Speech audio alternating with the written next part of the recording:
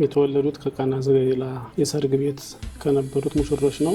አቡነ ሙሴ አልሞዛያቢው በዚች ምድር ላይ 10 ሺህ ቤተ ክርስቲያናትን የሚሰራ ድንጋዮች መታዘዝ እንደ ቃላቸው ይታዘዙ ነበር፣ እንደ ቅቤም ይቀልጡ ነበር። ተነክሰዋል፣ ግን ደግሞ መርዞ በሰውነታቸው ውስጥ ሰርቶ አልገደላቸውም። በፍጹም አይነክስም። ከነከሰም መርዞ አይሰራ ነው። እንግዲህ ተሳለው ልክ ነው አለት ላይ ነው። ልዩ የሚያደርገው ማንዱ እሱ ነው። አነስጣቴዎስ ቴዎዶሲዎስ ተብሎ ነው የነገሱት። በእኔና በአንተ መካከል የቃል ኪዳን ምልክት ናት ነው ዘንድ ታቦተ ማርያም እንሳ ብሎ ታቦተ ማርያም ሰጥቷቸው ነበር። እግዚአብሔር መልአክ ግን ነገራቸው በግልጽ አልተወለደችም አልተጸነሰችም ስሟ በምንድነው ተጽፏል። እዚች ገብተው ይህንን የሚያህል ህንፃ አንጸው መጣ ምናኔውን ተከትለው እሳቸውን ተከትለው ወደ 4000 አብረው ወደ ኢትዮጵያ መጥተዋል። ተፈዘው ይፋል እንግዲህ ክራኩ የምናየው ነው። ይሄ ባለሙያ ነው የጻፈው። ባለሙያ ነው።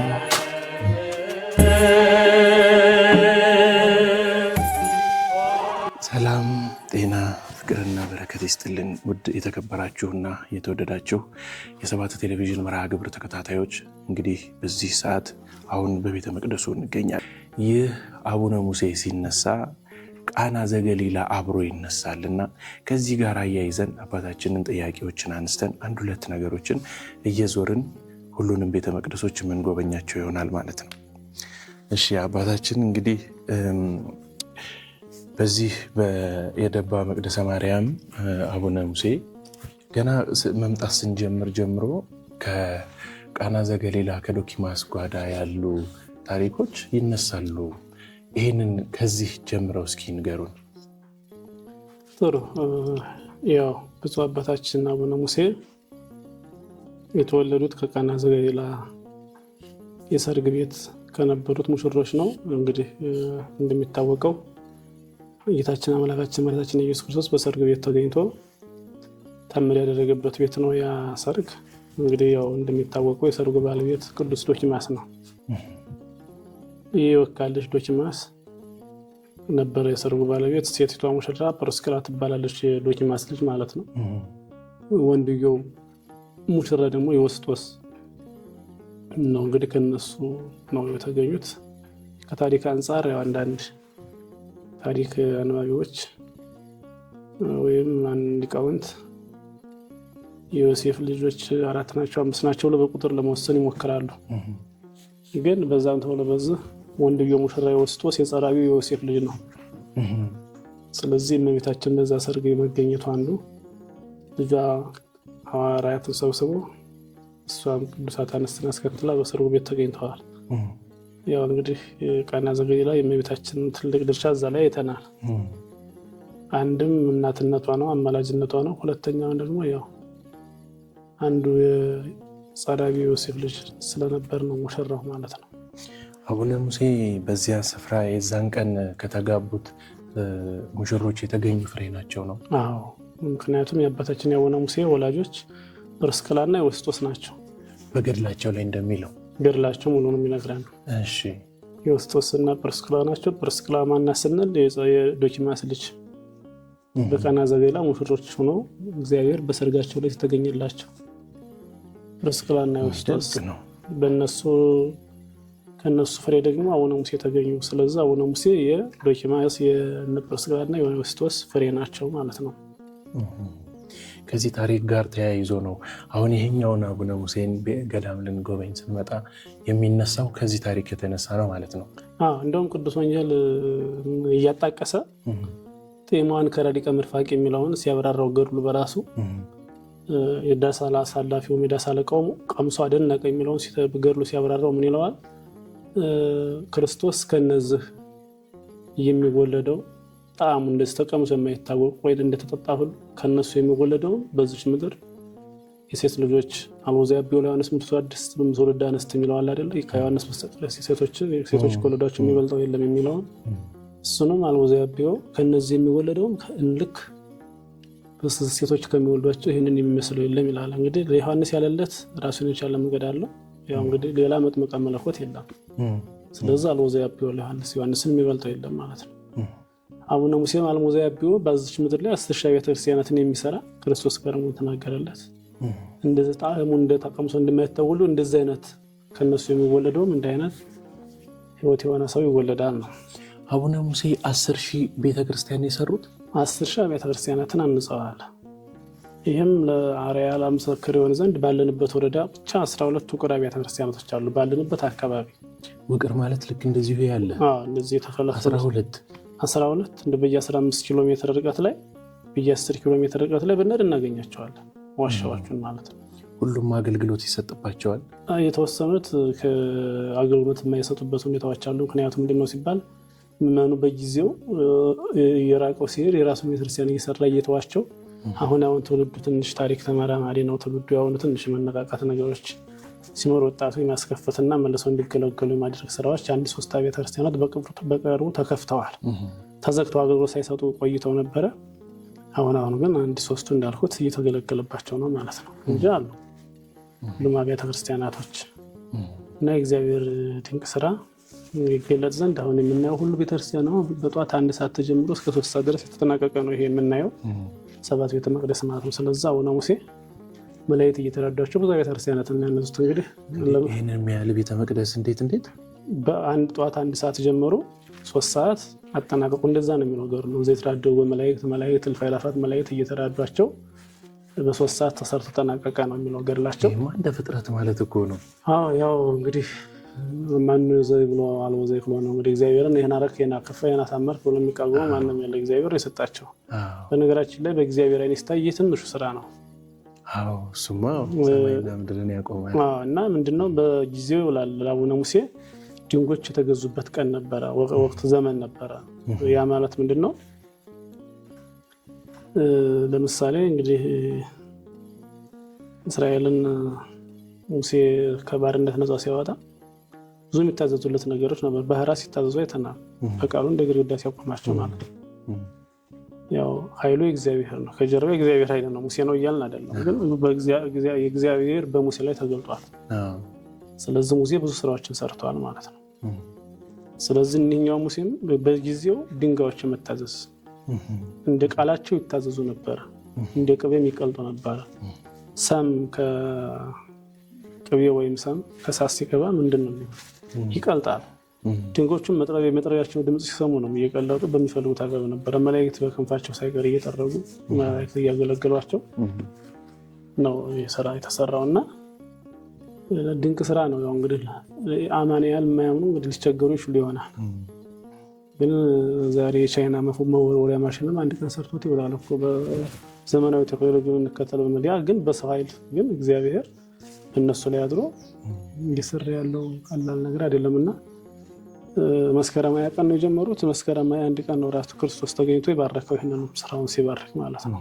በዛን ቀን ተገኝቶ ሎዘ ገብረ ተስካረከው ዘጸዋ ሰመከ ስምህን የጠራ መታሰቢያ ያደረገ እስከ 55 ድረስ እምርልሃለሁ ብሎ 55 ትውልድ ድረስ ተገልጦ የዛን ቀን ቃል ኪዳን ሰጧቸዋል። መስከረም 21 ቀን ሲገለጥ የ24ቱ ካህናተ ሰማይ ማዕጠንት አውዶታል። ይሄንን ቤተ መቅደስ የ24ቱ ካህናተ ሰማይ ማዕጠንት ክርስቶስ ብዙ ድንቅ ስራዎችን ሰርቶ አጽምህም እንግዲህ ዛቲ ትምራፍ ይላልን ብለው ነበር። ይቺ ማረፊያ ቦታ ናት ብለው ነበር ራሳቸውን ቀድመውና ይቺ እንዲያሰብካት ትሆንልህ፣ አጽም በዚህ ቦታ ይረፍ፣ አጽም ያለበትን ሞቶ የሚሳለሙሉ ቅድም እንዳልኩት እስከ 55 ድረስ ይማርልሃል ብሎ አምላካችን ቃል ኪዳን ሰጥቷቸዋል። እንግዲህ ምናልባት በገድሉም እንደሰማችሁት አንተ የተሳለምካቸውን አብያተ ክርስቲያን ያነጽካቸውን አብያተ ክርስቲያናት የሚያገለግሉትን የሚሳለሙትን ተናካሽ አውሬ አይበላቸውም ብሎ ቃል ኪዳን ሰጥቷቸዋል።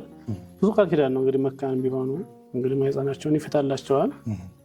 በዚህ ቦታ ላይ መጥቶ የተማጸኑ ሁሉ መልስ ያገኛሉ። መካኖች እየወለዱ ነው። በሽተኞች ከድውያቸው እየተፈወሱ ነው። ብዙ ድንቅ ስራዎች ተሰርተውበታል በቦታው ላይ ማለት ነውና እግዚአብሔርም የሰጣቸውን ቃል አላስቀረባቸውም ማለት ነው። በዚህ ቦታ ላይ ይሄ ቃል ኪዳን በደንብ ሰርቷል። አሁን ቅድም በአብነት ትምህርት ቤቱ ጋር ሄደን እየቀረጽን በነበረበት ሰዓት በጣም ያው ለአይነ የሚዘገንን በጣም ትልቅ እባብ አይቻለሁ እና ተማሪውን ስጠይቃቸው በቀደምም ገለናል ምናምን ብለውኛል። እና ደግሞ ጠዋት በነበረው መርሃ ግብር ደግሞ እርስዎም በደንብ ሲነግሩ ነበር። እንደዛ ነው። እባብ ብዙ ጊዜ ያጋጥማል አለ። ያው ዱርም ስለሆነ ጫካም ዙሪያውን እንትንም ስለሆነ ይኖራል። ቀጣይም ግን በሰው ላይ ጉዳት አደረሰ ሲባል ሰምተን አናውቅም። በዋናነት መጠየቅ የፈለግኩት ይህችን ነው። ከእርሷ አንደበት እንዲወጣ ብዬ ነው ዝም ያልኩት። እባቡን አይተናል ብዬ ዝም ያልኩት። ያው እንደሚታወቀው በመጽሐፍም እንዳለ የሰውን ልጅ እባብ ሸኮናውን እንደሚል ሰውም ደግሞ ወደ ሴቲቱ ዘር ብሎ በጻፈው መጽሐፍ ላይ አናትህን ይልሃል ተብሏል። እና እዚህ ቦታ ላይ ይህ ቃል ኪዳን በስርዓት እየሰራ ነው አሁን አለ ማለት ነው። በስርዓት አለ። ገበሬው ቢጠየቅም አርሶ አደሩ የእባብ ጉዳይ ያሳስበው።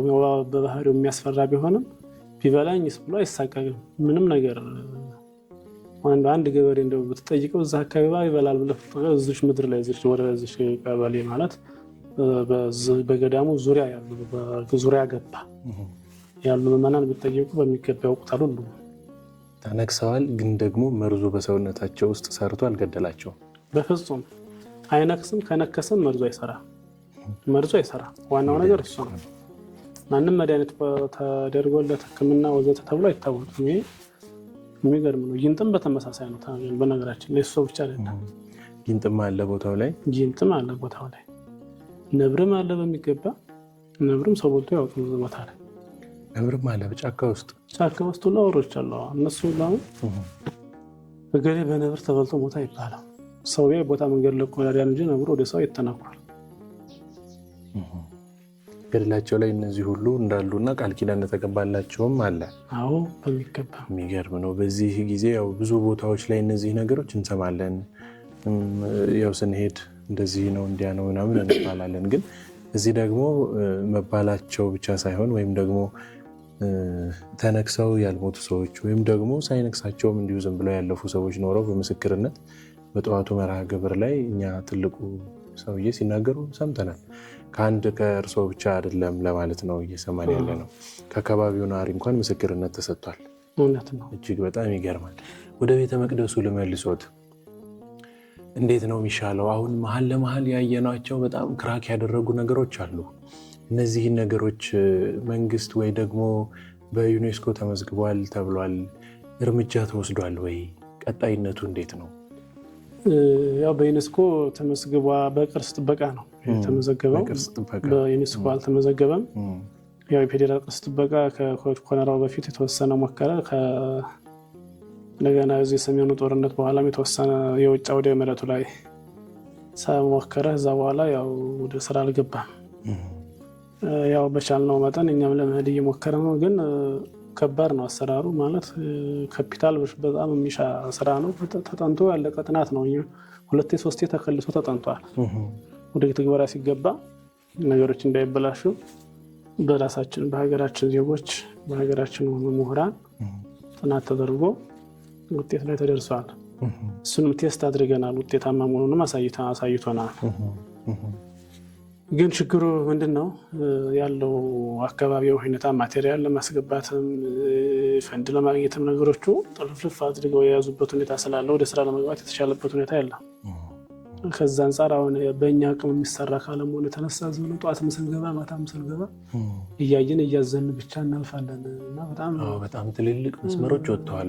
ትላልቅ ክራክ ስለተሰነጣጠቀው በጣም ከባድ ነው እና ብቻ እግዚአብሔር ነው የምንጠብቀው። እንግዲህ ብዙ ጊዜ አልፎ አልፎ ለሚዲያም ላይም እንዲውል አድርገናል። እንግዲህ ችልተኝነት የታየበት አይዟቸው ያለንም ሰውም የለም በዚህ ዙሪያ ላይ። ከእግዚአብሔር ነው የምንጠብቀው። እንግዲህ ይህንን ቪዲዮ በሰባት ቴሌቪዥን የሚመለከቱ ሰዎች በጠቅላላ የግዴታ ውዴታም ጭምር ነውና ሀገራችን ያለችበትን ሁኔታ እናውቃለን። መቼም ብፁዓን ተብለው ሊጠሩ የሚችሉ ስውራን የሚሆኑ አባቶቻችን በእንደዚህ አይነት ስፍራ ላይ ነው ተገኝተው ለዓለም የሚጸልዩት፣ ለእኛም በከተማ ላለን በሙሉ የሚጸልዩትና ይህን ስፍራ ካጡ፣ ይህ ስፍራ ግን ከሌለ ከዚህ ቦታ የመሰደድ ነገር ስብሐተ እግዚአብሔር የማይደርስበት ቦታ ከሆነ ከዛ ቦታ የመሄድ ነገር ይኖራቸዋል እና ይህ ነገር ለማስቀጠል ወይም ደግሞ ስትመጡ እንደው ይህንን ቦታ ከዚያን ጊዜ ረዥም ዓመት ከ1800 ዓመት አካባቢ ድረስ ሊደርስ በሚችል ሁኔታ የተዘጋጁ ነገሮች አሁን ላይ ጠፍተውብን ከምንቀር እኛ አስቀጣይ ትውልዶች ይህንን ቪዲዮ በዚህ በሰባት ቴሌቪዥን መስኮት አማካኝነት የምትመለከቱ ከአባታችን ጋር እየተደዋወላችሁ ወደ መፍትሄው መምጣት እንዳለበት ይሰማኛል። ይሄ የኔ መልእክት ነው። ወደ ቤተክርስቲያኑ ወደ ገዳሙ ወደ ስዕላቶቹ ልውሰዶት። እንግዲህ የተለመደው ብዙ ጊዜ በጨርቅ ላይ ይሳልና ስዕላቶች ከዛ ያው ተለጥፈው ግድግዳ ላይ ይቀመጣሉ። እዚህ ደግሞ የተለየ ነገር አይቻለሁኝ። እንደውም በዚሁ በራሱ በድንጋዩ ላይ እንደተሳለ ነው የሚታየው። እና ከመቼ ጊዜ ጀምሮ የነበረ ነው? እናንተ ከመምጣታችሁ በፊት ነው ወይስ ገና ቤተክርስቲያኑ ሲታነጽ ጀምሮ ነው? ያው ይሄ ቤተክርስቲያኑ ከተሰራ ጀምሮ ነው። አባታችን አቡነ ሙሴ ቤተክርስቲያን አንጸው ዝም ብለው አይሄዱም። ቅዱሳት ስዕላትንም ስለው ነው የሚሄዱት። የሰዓሊዎቹም ባለቤት እሳቸው ናቸው ማለት ነው? እሳቸው ናቸው፣ ራሳቸው ናቸው የሚስሉት። ምናልባት ከእሳቸው እረፍት በኋላ የተሳሉ ስዕሎች አሉ። እሱንም አንድ በአካባቢያችን የሳይ የሚባል ቦታ አለ። እዛ ይኖር የነበረ ሰዓሊ ነው። በጊዜው ራሱን አግሎ ይኖር የነበረ ትልቅ ቦታ ነው። የሳይ ጊዮርጊስ ይባላል ቦታው። እሱም ቦታው ራሱ ከ800 ዓመት በላይ የቆየ ታሪካዊ ቦታ ነው። ያኛው የምንጠራው ቦታ እዛ ጋር እንደነበረ ይነገራል።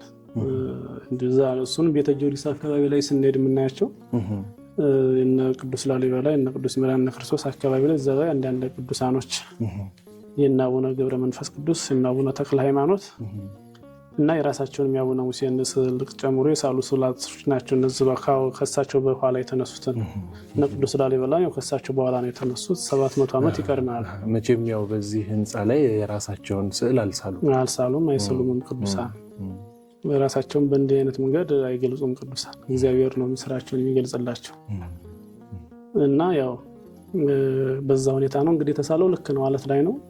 ልዩ የሚያደርገው ማንዱ እሱ ነው። ዘራፊ መጥቶ ሌባ መጥቶ አንስቼ ልውሰደው የሚለው አይደለም። ይስላል ራሱን በራሱ የሚጠብቅ ነው። በእውነት እኔ በጣም ነው የገረመኝ። ስለዚህ እንደው አሁን አብያተ ክርስቲያናት በከተማ ሲሰራ አሁን ያሉት ቤተክርስቲያኖች ላይ ስዕላቶች ይደረጉ ነበረ። ትንሽ ቆየት ያሉት ደግሞ ያው ዝም ብለው ህንፃው ብቻ ነው ቀለም ተቀብቶ የሚደረግ የነበረ። እንደውም አሁን ሌሎቹ አድርገው እኛም ለምን አናረግም ብለው አይነት ነበረ የሚመስለኝ። ግን ለካ በፊትም ጀምሮ ቤተክርስቲያን መቅደሶች ላይ ወይም ደግሞ ግድግዳዎቹ ላይ ስዕሎች ይሳሉ ነበር ማለት ነው። ያንን ማሳያ መሆን ይችላል። አሁን ካቴድራል ቤተክርስቲያን እየተባሉ በሚሰሩ ሰዎች ስዕል ስናይ የምናየው በጀርባ ነው የሚያስቀምጡት በግድግዳ ሁሉ። እኔ አሁን እዛ ግድግዳ ላይ በቆም በጀርባ ያለውን አላየው። እዚህ ጋር ግን ቅዱስ አባታችን አቡነ ሙሴ ያደረጉት እነዚህ ቀጥታ እዚህ ጋር ላይ አምልኮተ እግዚአብሔር የሚፈጸምበት ስርዓተ ማህሌት የሚከናወንበት ነው። እዚህ ጋር ያው እግዚአብሔር አብ አለ። በዚህኛው በኩል ደግሞ ትላልቅ አባቶች የምንላቸው እና አብርሃም አሉ ወዘተ አሉ ቅዱሳን ስዕላት ማለት ነው። ያው ግዴታ ውስጥ ስንገባ ደግሞ ግድግዳው ላይ የምንመለከታቸው ቤተ መቅደሱ ላይ ነው። ቤተ መቅደሱ የሰው ልጅ ሁሉ ወደ ቤተ መቅደሱ አይደል ፊቱ የሚሆነው። በዛ አይነት አግባብ ነው የተደረጉት። እንደውም ስዕል አሳሳሎቹ አሁን የዚህን ቦታ ስዕልና የዛ ከተማ ላይ የሚሳሉትን ስዕል ስናያቸው በጣም ልዩነት አላቸው። ትክክለኛው የስዕል አሳሳል የራሳችን ለማድነቅ አይደለም። አሁን እዛ ጋር ደግሞ ፍንትው ያለ ትንሽ ቀጥታ የሰው ምስል እስኪመስል ድረስ ቀጥታ ይመጣል። ግን ይሄ ወጣ ስዕል የስዕል ቅርጽ መያዝ መቻል አለበት።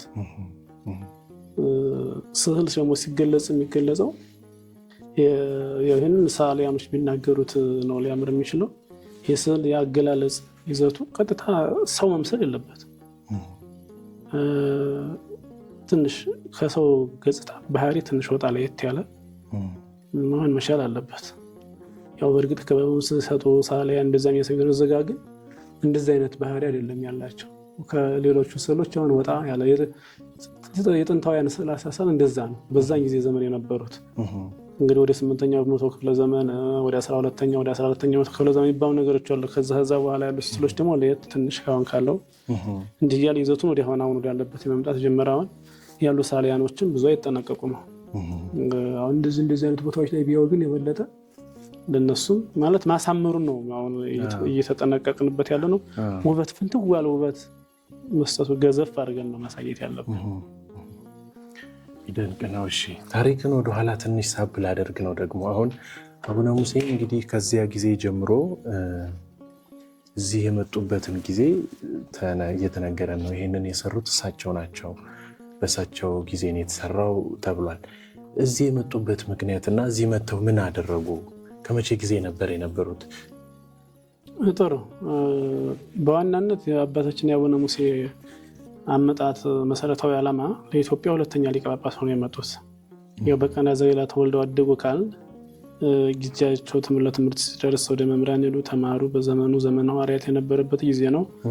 እንደ ሐዋርያት ተዘዋውረው ወንጌል መስበክ ጀመሩ። እንደ ሐዋርያት መከራ ተቀበሉ። ከጊዜ በኋላ በግብጽ እያስተማሩ እያለ ወንጌልን ሲሰብኩ ያው ተረፈ አይሁዶች ስለነበሩ ከቅዱስ ማርቆስ ያው ቅዱስ ማርቆስን ገለው አሰቃይቶ የገደሉ ጎትተው በግብጽ ላይ እነሱ ጦር ነበር፣ እርስ በርሳቸው የእርስ በርስ ጦርነት ነበረና ራሳቸውን በራሳቸው እንዳጠፉ እስበሳቸው እንደተጨራረሱ አረመኔና አረመኔ ንጉስ እኔ ልንገስ የሚሉ ከዛ በኋላ አባታችን አቡነ ሙሴን ከእስር ቤት አውጥተው በፈቃድ እግዚአብሔር እንግዲህ በሁሉ ፖለቲካ ይዘት አይደለም እንግዲህ ግብጻዊ ከሆነ ግብጻዊ ነው የሚነግሰው በሚል ሂሳብ አይደለም። እግዚአብሔር የራሱ ስራ ስለነበረው አቡነ ሙሴን አነስጣቴዎስ ቴዎዶሲዎስ ብለው ከእስር ቤት አውጥተው እንዲያነግሷቸው ሆነዋል። ግብጽ ሆነው ግን በእስር ቤት በነበሩበት ጊዜ ድቁናውን መጀመሪያ የተቀበሉት ከቅዱስ ማርቆስ ነው። ኋላ ላይ በጽርሐ ጽዮን ሐዋርያት ተሰባስበው ለአቡነ ሙሴ ይገባዋል ብለው ክህነት ከጵጵስና ሰጥተዋቸዋል። እንግዲህ ገድሉ ላይ ምጣት እንደሰማችሁት ክለፌ በክህነቱ ወለፌ በመንግስቱ በክህነቱም ይቀድሳል በመንግስትነቱም ይሰራል። በሁለቱም ሰይፍ ዘክሪያፉ ማለት ነው። ሁለቱም አፉ ስለት የሆነ ሰይፍ እንደማለትና በዛ ሁሉ አገልግሎት ያገለግሉ ነበር። ይሄን ያደረገበት እግዚአብሔር ራሱ ድንቅ ጥበብ ስለነበረው የሚሰራውም ስራ ስለነበረ ነው። ስለዚህ አቡነ ሙሴ አነስጣቴዎስ ቴዎዶሲዎስ ተብለው ነገሱ። ያው በዛ ብዙ ስራ ሰርተዋል። ወደዛ እንሄድበትም። በመጨረሻ ንግስናቸውን ዮናኒ ለሚባል የእናታቸው ወንድም ልጅ 12 ዓመት እንደነበረ ይነገራል። ለሱ ሕፃን ተሰጥተው ወደ አስቄጥስ ገዳም ሄዱ። ዘመኑ ዘመነ እንጦንስ ምንኩስናው እየተስፋፋ የነበረበት ዘመን ነው። እንግዲህ አባታችን አቡነ ሙሴ ከዛ ገቡ። እንግዲህ ያው ለስናደምጥ ታሪክ ብዥታ ሊፈጥርብን ይችላል። እድሜ እስከ 800 ዓመት ድረስ የቆየው ታሪክ ስለሆነ የእድሜ ሁኔታ ይሄ ነው። አባታችን አቡነ ሙሴ ለዛ ነው እንጂ አሁን በዘመነ ሐዋርያት የነበሩ እስከ 360 ዓመት ድረስ እንደተቆዩ ልንችል ይሆናል። ለዛ ነው እግዚአብሔር እንግዲህ የእድሜ ባለጸጎችን በሱ ፈቃድ እና አብርሃምንም 500 ዘመን ሰጥቷል። እና አቡነ ገብረ መንፈስ ቅዱስም በተመሳሳይ። ስለዚህ አባታችን አቡነ ሙሴ ልብሰ ምንኩስናን ከቅዱስ እንጦንስ ከተቀበሉ በኋላ ደብረ ዲቦ የምትባል ቦታ አለች በግብጽ። እዛች ቦታ ላይ ስርዓተ ምንኩስናን መስርተው ነበር። ከእሳቸው ጋር የመጡት ነገስታቱም ማነው መኳንንት መሳፍንቱ ንጉሱ የጥለውን ዓለም እያሉ ተከትለዋቸው በእሳቸው ፍቅር ተስበው አብረው የመነኑ ነበሩ። እነዛን ደብረ ዲቦ በምትባል ቦታ ነበር ያስተዳድሯቸው ነበር። እዛ በኋላ አቡነ ሰላማ ሲያርፉ ሊቀ ጳጳስ እንዲልኩላቸው የኢትዮጵያ ነገስታት አብርሃ ወአጽብሃ ወደ እስክንድሪያ አትናቴዎስ የሚባሉ ጳጳስ ናቸው ወደሳቸው ላኩ ማለት ነው። አቡነ አትናቴዎስም ከአስቄጥስ ገዳም ወደ ቅዱስ እንጦንስ መልእክት ላኩ። ለኢትዮጵያ የሚሆን በጸሎት ጠይቅ አባት ላክልኝ አሉ። ያው አቡነ ሙሴ ላኩላቸው። አባ ሚናስ ወደ ኢትዮጵያ ላኳቸው ማለት ነው። አባ ሚናስ እዚህ መጥተው ፓትርያርክ ሆነው ሲያስተዳድሩ አባ ሚናስ ነበር የሚባሉት። አባ ሚናስ ነው የሚባሉት። አነስጣቴዎስ ቴዎዶሲዎስ ተብለው ነው የነገሱት። ግን አስቀድመው ሐዋርያት ክህነትን ሰጥተዋቸው ነበር። ድቁና ከቅዱስ ማርቆስ ክህነትን ከቅስናን እስከ ጵጵስና ድረስ እንደሾማቸው ነው የሚናገረው ገድላቸው። ከንግስና በፊት ማለት ነው። ዘራቸው የሚመዘዘው ግን ከእስራኤል ነው አይደል? እስራኤል ነው። እሱማ እስራኤላዊ ናቸው። በዘር ሐረግ ብንሄድ ግብፅን ወንጌል እየሰበኩ እንደ ሐዋርያት በሄዱበት ጊዜ ታስረው ከእስር ቤት አውጥተው ለጋለ ሀገርም ለቤተክርስቲያን ይጠቅማል ብለው የሾሟቸው ወንጌልን እየሰበኩ ሳለ አስረዋቸው ነበረ። ክርስቶስን ስለሚሰብኩ ማለት ነው። ታሪክ ላይ ኢትዮጵያ መጥተው ምን ያህል ጊዜ እንትን አሉ? እንግዲህ ከመጡበት ጊዜ ጀምሮ እስከ 8ኛው መቶ ክፍለ ዘመን ድረስ ነው እሳቸው እሱ ቦታ ላይ። በጣም ረዥም ነው። ወደ 400 ዓመት በላይ ሊሆን ነው። እንግዲህ ድርሳነ ራጉኤል ላይም የሚያመላክተን ነገር አለ። በ8ኛው መቶ ክፍለ ዘመን አባ ይድላ የሚባሉ ጻድቅ እንደነበሩ ከእሳቸው ጋር አባታችን አቡነ ሙሴ በግሸን ደብረ ከርቤ አካባቢ ላይ ስለሰሩት የመስቀሉ መምጣት አስቀድሞ የተሚና ድርሳነ ራጉኤል ተስፋ ገብረ ስላሴ እትም 138 ገጽ አካባቢ ላይ ነው የሚናገረው ማለት ነው።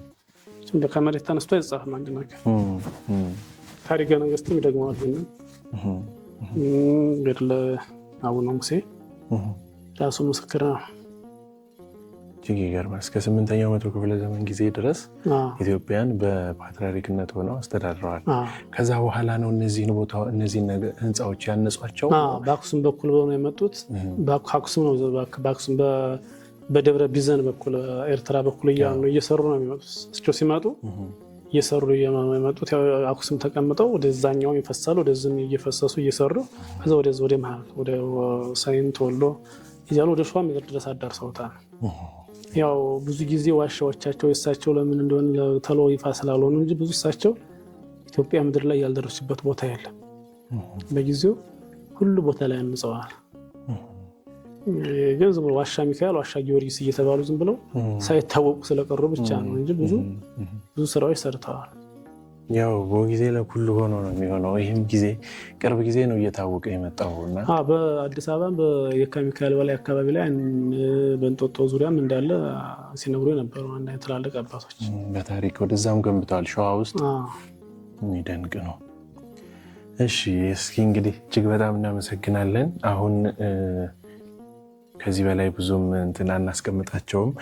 እየዞርን የተሰሩትን በእጅ የተሰሩትን በእውነት መቼም በመላእክት እርዳታ ነው ብለን ዘለልናቸው እንጂ በፍጹም የማይታመኑ ነገሮች ናቸው የተሰሩት። እንደምታዩት ይህ ቅኔ ማህሌቱ እስከ 7 ሜትር ድረስ ይረዝማል ብለውናል። እና ደግሞ በዚያ በኩል ስንገባ ምናያት በጣም ጥቂት መስኮት አለች። በእሷ በኩል ገብተው ነው ይህንን ሁሉ ነገር የሰሩት ብለውናል። እና እነዚህንም ስፍራዎች እየዞርን የምንመለከታቸው ይሆናል። 7 ቤተ መቅደሶች አሉ እዚች ውስጥ።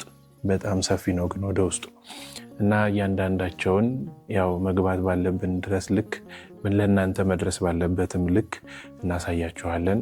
አሁን ወደ ጉብኝታችን እንሄድ። ይሄ የምንመለከተው የ6ቱ ቅኔ ማህሌት መገልገያ ነው። እዚጋ ላይ የምንመለከተው 3ቱ አባቶች አብርሃም፣ ይስሐቅ፣ ያዕቆብ የምንላቸው ናቸው። እዚህ ታች ስለ ቅዱስ ቂርቆስ ሲላ ሰማዕታት ናቸው ታች አሉት። በዚህኛው በኩል ደግሞ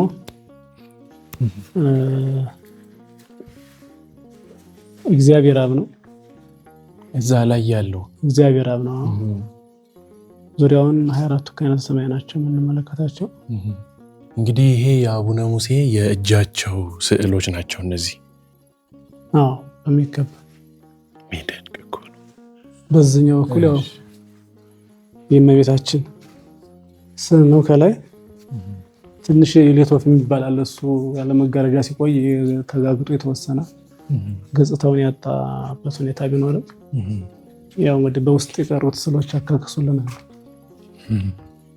የሌሊት ወፎቹ ምን ያደርጉታል? ይግጡታል።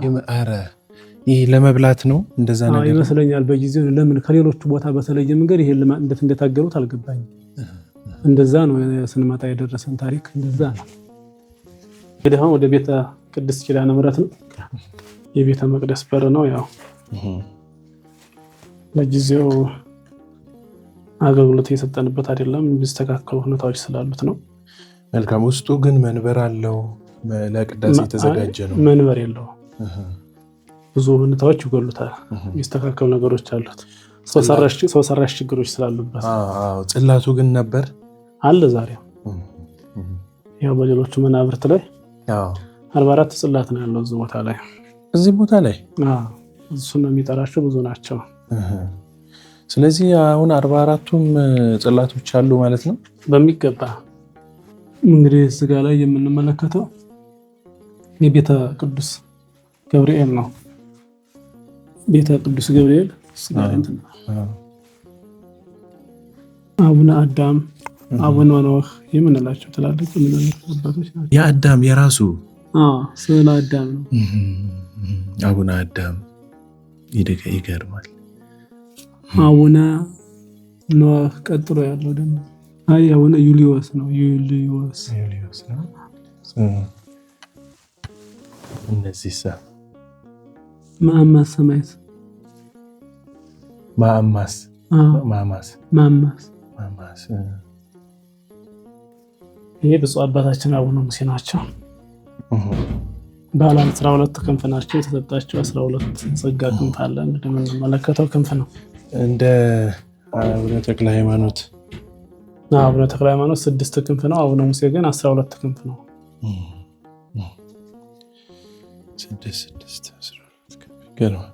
ይሄኛውም የእመቤታችን ቤተ መቅደስ ነው።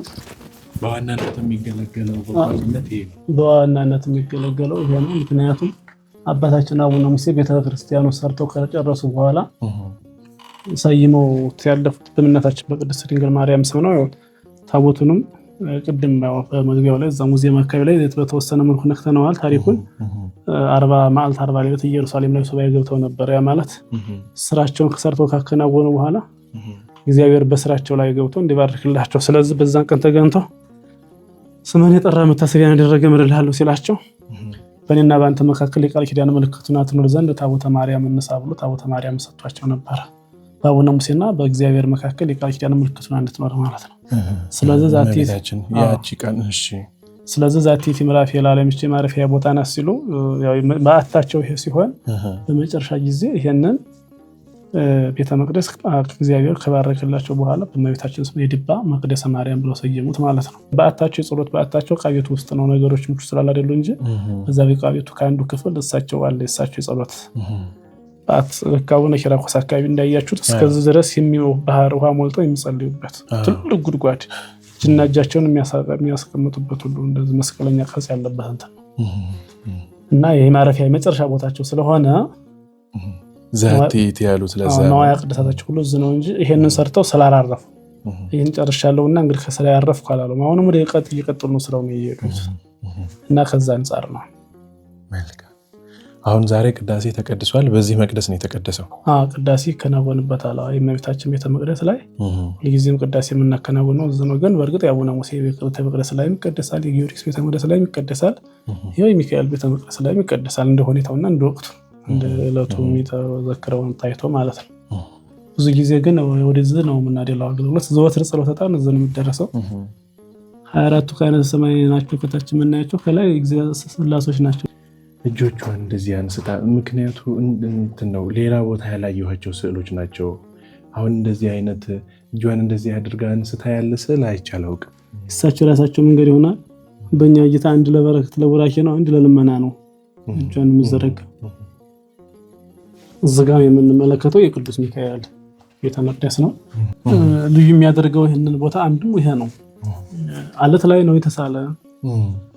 በዛ ላይ ያልተጠቀሱ ነቢያቶች ሁሉም ብዙ ቦታዎች ብንሄድ እንደው የተለመዱ እንደዚህ ጻድቃን ሰማዕታት እንደዚህ ለምናውቃቸው ቅዱሳኖች ናቸው። እንደዚህ ሙሉ ነቢያትን ሙሉ በዛ አይነት አግባብ ከአባታችን ከአዳም ጀምሮ ያሉትን ታላቅ እንትኖች ያስቀመጠ። በዛውም ላይ ደግሞ ጣራ ላይ ከታች ከላይ ወደታች ሆኖ ለመሳል ይከብዳል። ምክንያት ስዕሉ የፈለጉበት ቦታ ላይ መለጠፍ ላይ ከብድ ይችላል። ከእግዚአብሔር ካልተሰጠ በስተቀር ይከብዳል። ይሄ እንደዚህ ብሎ ሰው አይመሳል አይችልም። በጣም ከባድ ነው። ይሄ ራሱ አንድ ድንቅ ጥበብ ነው። የምትመለከቷቸው ሁሉ እነዚህ ጭቃዎች ድሮ የለም በአባታችን ጊዜ፣ እንደው ከጊዜ በኋላ በሮችን ለማጣበብ ለመዝጋት የተጠቀሙት ጥበብ ነው እንጂ አርክና ቅርጽ ናቸው። የአርክ ቅርጽ ናቸው የምትመለከቱት። በእርግጥ እዚህ ነው የአርክ ቅርጽ ነው የሚሰሩት። ሆኖም ግን እያንዳንዳቸው የአርክ ቅርጽ ነው ያላቸው። በሮቹ ስንመለከታቸው የአርክ ቅርጽ የያዙ ናቸው። አርክ ናቸው እንግዲህ አርክ ነው ታዲያ በመሐንዲሶች አነጋገር ማለት ነው። እኛ ቀስተ ደመና ነው የምንለው። እሱ ነው ትክክል እኮ። ከአርኩ ይልቅ ይሄ ቀስተ ደመና ነው የምንለው። ምሰሶቹ የመስቀል ቅርጽ ያላቸው ናቸው። መስቀለኛ ናቸው። በስተውስጥ በኩል ስናያቸው ማዕዘን አላቸው። ይሄኛው የአባታችን የአቡነ ሙሴ መካነ መቃብራቸው የሚገኝበት ነው። ከርሰ መቃብርቱ ነው። በመቃብር የተዘጋ ነው። በመቃብር የተዘጋ ሆኖ ነገር ግን ከላዩ ላይ ለክብር የክብር መንበር ተቀምጦበታል። ክብረ ካህናት እንዳይደርስበት ማለት ነው። በዚህ ላይ አገልግሎት ጊዜ አጽማቸው ያለበት የማንኛውም ሰው ገዳይ አይደርስም። በክብር እየታጠነ ይኖራል መንበሩ ማለት ነው። ይሄኛው እንግዲህ ከድንጋይ የተሰራ መንበር ነው። በዚህ መንበር ቀድሳችሁ ታውቃላችሁ? ሁሉ ጊዜ በአባታችን በአቡነ ሙሴ መታሰቢያ በዓል እንቀድስበታለን። አሁን ይሄ የአቡነ ሙሴ ቤተ መቅደስ ነው ማለት ነው። ቤተ መቅደስ ነው።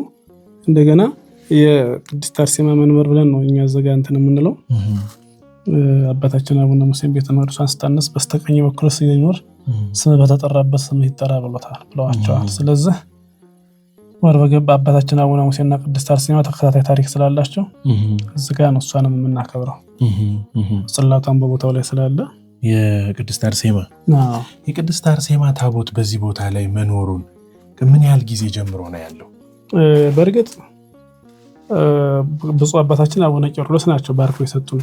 ነገር ግን እሳቸው ያነጹበት መጥረቢያና የቅድስት አርሴማ ጽላት ተሰውሮ እዚህ ጋር እንዳለ አቦ ይነግሩናል። የቅድስት አርሴማ ታቦት የተሰጣችሁ ቅርብ ጊዜ ነው ለእናንተ። ነገር ግን እዚህ ስፍራ ላይ ደግሞ አሁን በገድላቸው በታሪክም ላይ አቡነ ሙሴ ገና ሰማዕቷ ቅድስት አርሴማ ከመወለዷ በፊት ነው። እሱን ታሪክ እስኪ ንገሩኝ፣ እንዴት ነው እሱ? ያው በገድሉ ላይ ሙሉ ለሙሉ ዝርዝር ታሪኩ ተቀምጧል። ምንድን ነው የሚለው? በግብፅ አንስጣሴዎስ ቴዎዶሲዎስ የሚባል ንጉስ ነበረ። እሱም ወደ ቤተ መቅደስ ገብቶ ታቦታትን ለሚያሰናዳ እስኪገባ ያው እሱም ብፁዕ አቡነ ሙሴ ነው ብሎ ይገልጻል ገድሉ። ታቦተ ሕግ ለማሰናዳት ቀባሜሮን ለመቅባት ሲገቡ ቅድስት አርሴማ የሚል ጽላት አገኙ። በመሸ ጊዜ ሰማዕት እንደሆነች ስላላወቁ ታሪክ ቢያገቢያን በገላብጡ አላገኙም። የእግዚአብሔር መልአክ ግን ነገራቸው በግልጽ አልተወለደችም፣ አልተጸነሰችም፣ ስሟ በምንድነው ተጽፏል። ቤተ መቅደስ በምታነጽበት ሁሉ በስተቀኝ በኩል አንጽነት ብሏቸው ነበር በመንበረ ሙሳው። ስለዚህ ከዛ ጊዜ ጀምረውን የጭራ መድኃኔዓለም የሚባል ገዳም አለ። እዛ ጋር ብንሄድ የቅድስት አርሴማ ቤተ መቅደስና ጽላቷ የጥንት ነው፣ ገና የድሮ የወዴት አካባቢ የጭራ መድኃኔዓለም ዋርላ። ስለዚህ ያ ቀድሞ የነበረ ነው ማለት ነው። እሳቸው ይዘውት የመጡት ነው። እዛው ሰርተው አንጸው አስቀምጡ ባርከው በየጊዜው ጽላት እየቀረጹ እየባረኩ አይደለም የሚሄዱት። አናጺም ናቸው፣ ጳጳስም ናቸው። ምን ይጎላቸዋል? ከማንም ምንም አይፉ እግዚአብሔር። ለዛም ነው እግዚአብሔር እሳቸውን ይሾማቸው። ወደ ኢትዮጵያ እሳቸው እንዲመጡ ያደረገበት ምክንያት እሱ ይመስለኛል። ምክንያት ራሳቸው ቤተ መቅደስ ያነጻሉ፣ ራሳቸው ይባርካሉ። ሌላ ምን ይባላል? እዞች ምንም የለም። እሱም ለዛ በቀኝ በኩል ያደረጋችሁት የሰማዕቷን በቀኝ በኩል አድርጋት ብሎ ምክንያቱም እዚህኛው የራሳቸው መንበር አለ፣ አጽማቸው ያለበት ቅዱስ መንበር አለ፣ ይሄኛው መንበር አለ። ስለዚህ ይሄ መናብርት በእሷ ስም ተሰይሞ አገልግሎት እየሰጠን ያለው አሁን ማለት ነው። ቤተ መቅደሱ ላይ በቆባቸው ወደ ላይ የገፉታል፣ የጣራውን በታምር ማለት ነው። የዛን ምሳሌ ነው እዚጋ ላይ የተቀመጠው የሰው ዓይን እንዲደርስበት ተብሎ ማለት ነው። እሳቸው ውስጥ ላይ የገፉታል በቆባቸው። እስካሁን 5 ቤተ መቅደሶችን አይተናል።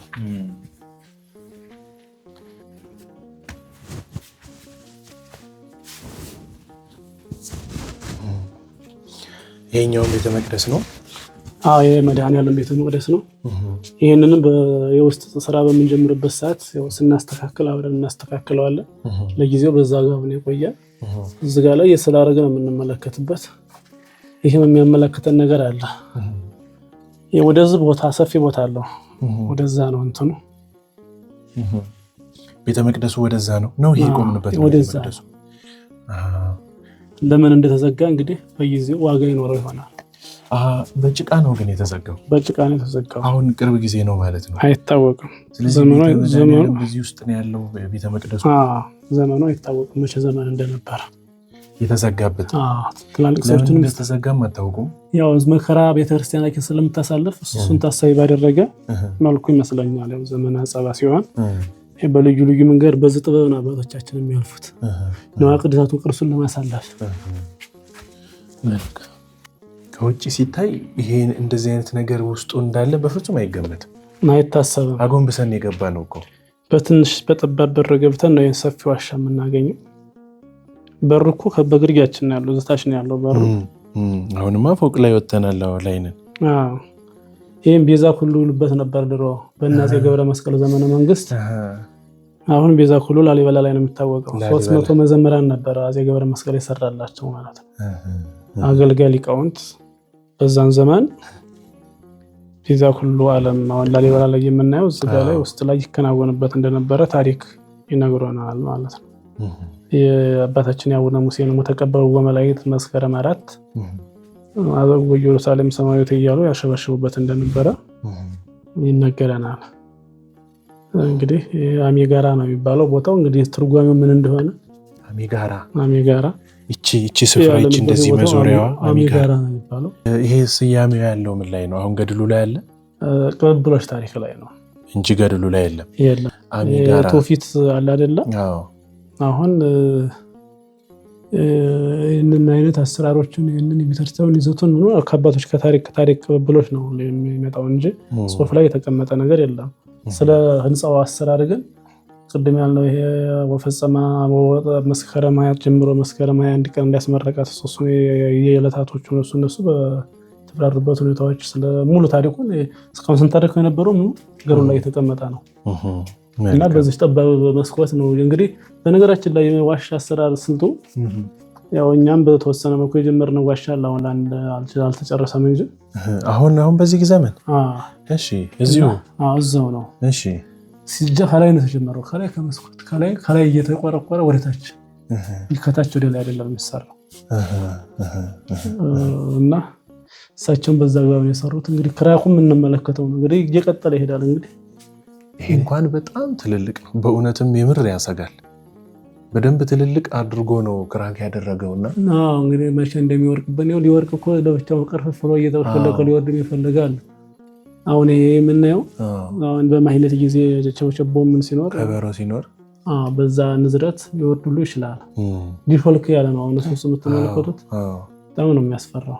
ገብተው የሰሩባት መስኮት ይችላል ማለት ነው። በዚች ገብተው ይህንን የሚያህል ህንፃ አንጸው በጣም እነዚህ ስማቸው ያልተጠቀሰ ቅዱሳን ናቸው የምናያቸው። ይሄ እናቶቻችን መግቢያ በር ነው። የሴቶች በር ነው። ይሄ የሴቶች መግቢያ በር ነው። እነዚህ ለምንድን ነው የተዘጉት? ምንድን ናቸው እነዚህ? በስህተት በመቃብርነት እየቆረጡ ተጠቅመዋቸዋል። ለቤተክርስቲያኑ መፍረስ አንዱም ይሄ ነው የሚሉት። አሁን ከዙሪያውን እየተላጠ ወርዶ የለ በውስጥ ውጭ በኩልም ያለው እንቅስቃሴ ገደው ለመንቀሳቀስ የበቃው ይህ ስሩ ሲቆራረጥ ነው። ድሮ በስህተት ከእውቀት ማነስ የተነሳ ያው ቤተክርስቲያን ገብቶ መቀበር እንደ ጽድቅ እየተቆጠረ የነበረበት ጊዜ በዛ አግባብ የተበላሸ ብልሽት ነው። ጥፋት ብለን ነው የምንወስደው። መቃብር ነበር ማለት ነው። መቃብሮች ናቸው እንደ ፎካ እየተጠቀሙት ማለት ነው። ዝግ መስኮቶች እንላቸዋለን። እንደ በመስኮት ቅርጽ ተደርገው ተሰርተው ውስጣቸው ግን ዝግ ነው። ዝግ መስኮት ማለት የማይከፈቱ ዝም ብሎ የመስኮት ቅርጽ የተሰጣቸው ዝግ መስኮቶች። ወደዛ አጽመ ቅዱሳን ነው እንግዲህ አጽመ ቅዱሳን ብዙ አሉ። እላው ላይ ብዙ ነው። ከመከምረ ነው ከተት ጀምሮ አጽም ነው። አንዱ ላይ አንዱ እየተደራረበው ወዲያ ድረስ አጽም ነው። እነዚህ እኮ እንደውም አልፈረሱም። ያው እግዚአብሔር እንድንማርባቸው አይደል ያስቀመጣቸው። ነገ እናንተ ምንድናችሁ? ቅዱሳን ሳሉ ማስተማሪ ናቸው፣ ሞተው ማርፈው ማስተማሪ ናቸው። ያው በአጽማቸው እንድንባረክ ነው እግዚአብሔር እንዲያርጉ ያስቀመጣለን። ከሌ ነው የኔ እንትኔ ነው ምናምን የሚል ሰው የለም። አይታወቅም። መጨረሻ በእድሜ እኮ ትላልቅ የምንላቸው የ90 ዓመት የ80 ዓመት ሽማግሌዎች አዛውንቶች ሲጠየቁ አባቶቻችንም ስንጠየቅ ጥንት ነው የሚሉን። አባቶቻችን ራሱ አባቶቻቸው አልነገሯቸውም፣ አይታወቅም። እንደውም ከፈጣሪክ አንጻር ሲመጣ ከአባታችን ከአቡነ ሙሴ ጋር የመጡ ቅዱሳን ብዙ ስለነበሩ የእነሱ ናቸው ነው ተብሎ የሚታመነው። ከአባታችን ከአቡነ ሙሴ ጋር ምን ያህል ሰዎች መጥተዋል? ምናኔውን ተከትለው እሳቸውን ተከትለው ወደ 4000 አብረው ወደ ኢትዮጵያ መጥተዋል። ስለዚህ እነሱ ሊሆኑ ይችላሉ ማለት ነው።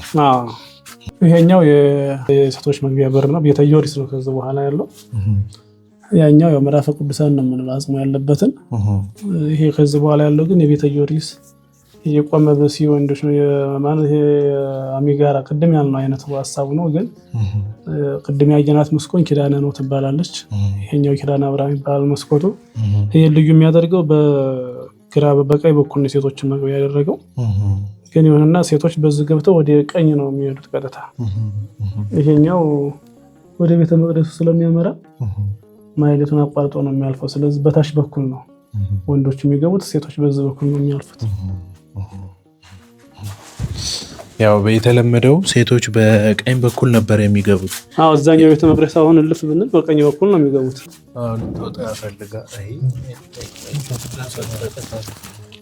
ውስጥ ምን አስገባት? ወደ ኋላ አውጣ። ዝም ብለህ በዛው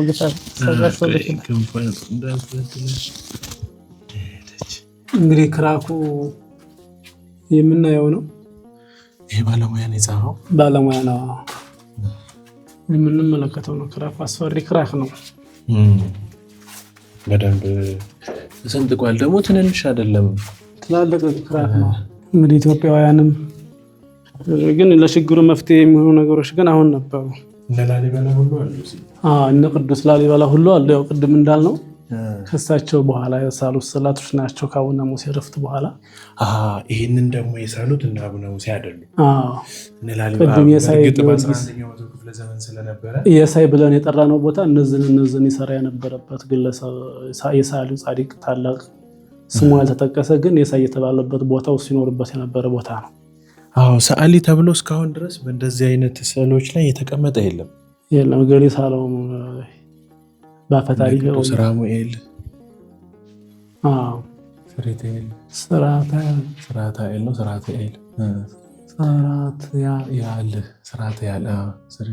እንግዲህ ወደ ቤተ ጊዮርጊስ ቅድስት ነው የምንገባው። ይሄ ቅድስት ነው የቆየንበት ቀን የማህሌት ነው ማለት ነው። ቤተ ጊዮርጊስ እነዚህ የቤተ መቅደስ ጠባቂ መላእክት ናቸው በር ላይ ያሉት። ይሁን አባታችን አቡነ ሙሴ፣ አቡነ ቢቃኖስ፣ አቡነ ስብሐት ለአብ፣ አቡነ እንጦንስ፣ አቡነ መቃርስ አሉ። እዚኛው በኩል ጳውሊ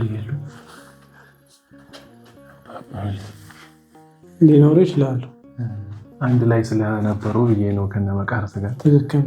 እነ ቅዱስ ቂርቆስ እነ ቅዱስ መርቆሬዎስ እናያቸዋለን። እዚህ ጋር ላይ ስለ ቅዱስ ፋሲለደስ በዚህ በኩል እናያቸዋለን። ድብ የምትባለው አውሬ ይህች ናት። እንግዲህ ያው ብዙ የተጎዳበት ሁኔታ ቢኖርም አንዳንድ ጊዜ እውቀት ሲያንስ ችግሩ ይሄ ነው። ታሪክን ታሳቢ አልተደረገም። እዚህ ጋር ለመቃብር ሲቆረጥ ነው አብራ የተቆረጠችው። እንግዲህ አሁን እዚህ ውስጥ መቃብር አለ። መቃብር ነው የምንመለከተው። ወደ ላይ ያለው ደግሞ ዳብሎስ ነው፣ ነፍሳትን ነው ወደታች ዘቅዝቆ ያዘው። ያው የአሁኑ ትውልድ ፀጉርን ማሳደግ ከዚህ የተማረ ይመስለኛል። የተንጨበረሩት እኮ ነው በእውነት እያንቅ ነው። ያው እንግዲህ ውስጥ ለውስጥ ጉብኝታችን እዚህ ጋ ነው የሚያበቃን። ይሄ ሰባተኛው ቤተ መቅደስ ነው። እንግዲህ ስለነበረን ጊዜ እግዚአብሔር አምላካችን የተባረከና የተመሰገነ ይሁን። አሜን። እጅግ በጣም አመሰግናለሁ። የሰባት ቴሌቪዥን መርሃ ግብር ተከታታዮች በወፍ በረር በሚባል ልክ ነው ይህንን ያየ ነው።